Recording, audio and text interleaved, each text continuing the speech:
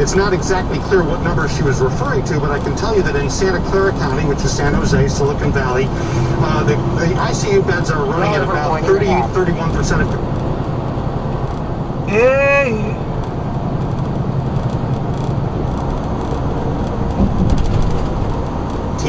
Now, a lot of those numbers are trending up. Let's look at the numbers statewide. About 439,000 cases now in the state of California and 180 or so deaths in the last 24 hours. That's certainly concerning.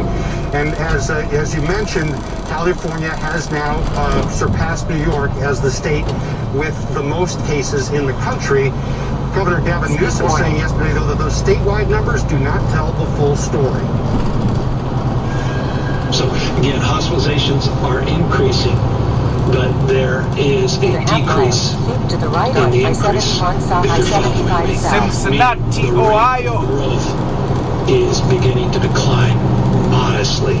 That is nothing to jump up and down about. It's just a fact.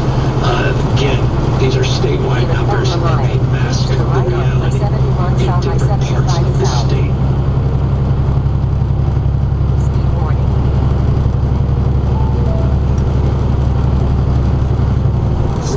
North of me, where the ICU beds are near or in some cases surpassing capacity, and Riverside County to the south. In both places, the state has asked personnel from the Air Force to come in to try and relieve some of the pressure. So a lot of pockets of real concern in California, and in general, this state is not seeing the numbers go in the direction that they would like them to. Alex? Okay, Scott Cohn, sobering, but thanks for the numbers. Let's bring in Dr. Neil Gandhi. He's the emergency medicine regional medical doctor at Houston Methodist Hospital. Welcome back to the broadcast. Good to see you. I hope you're well. And I want to simply start by asking you for a status report there. So we have a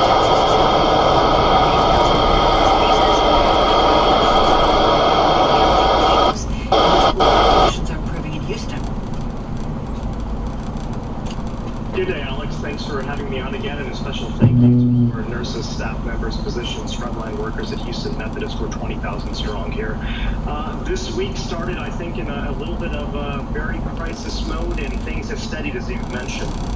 We've seen kind of a little bit of a plateauing of cases, which has been good. We've also been seeing a little bit of some increased ICU availability.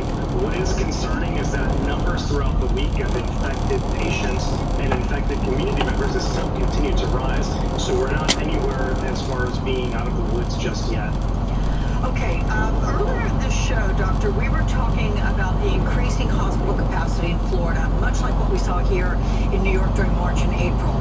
We are seeing reports like this one in your home state. If you look at Starr County in Texas, it's saying that COVID-19 patients are going to be sent home to die if they are deemed too sick. Profiled Starr County. It was a success story for the coronavirus back in April. What is it that we're seeing here? Why are we seeing places that were initially successful, like this one, California as well? You heard Scott Cohn's report there, and they're now starting to backslide. Yeah, the backslide, Alex, is quite concerning. Several very important factors which have led to this. One was the lack or inappropriate use of masking, the absence at sometimes of social distancing. So those two things, along with in the South Texas regions, a lack of access to testing. Many individuals were sick and they just didn't know. So that really led to a combination of factors, which unfortunately has really increased our hospitalizations down there. We've seen patients being transferred from the South Texas region up to San Antonio and to Austin. Some have actually been accepted into the Houston region as well. So as Texas, we're all working closely together to try to get in front of this. And some of these smaller counties and in more rural areas, as you get a few hours south of Houston, they just don't have the capacity, the infrastructure, the personnel to deal with this crisis. As we know, COVID-19 is completely preventable. Unfortunately, if we look at the current rates, this is going to end up becoming one of our leading causes of death, not just here in Texas, but nationwide. They're predicting that COVID-19 will probably end up being the third leading cause of death. And it's unfortunate because it's a preventable cause of death.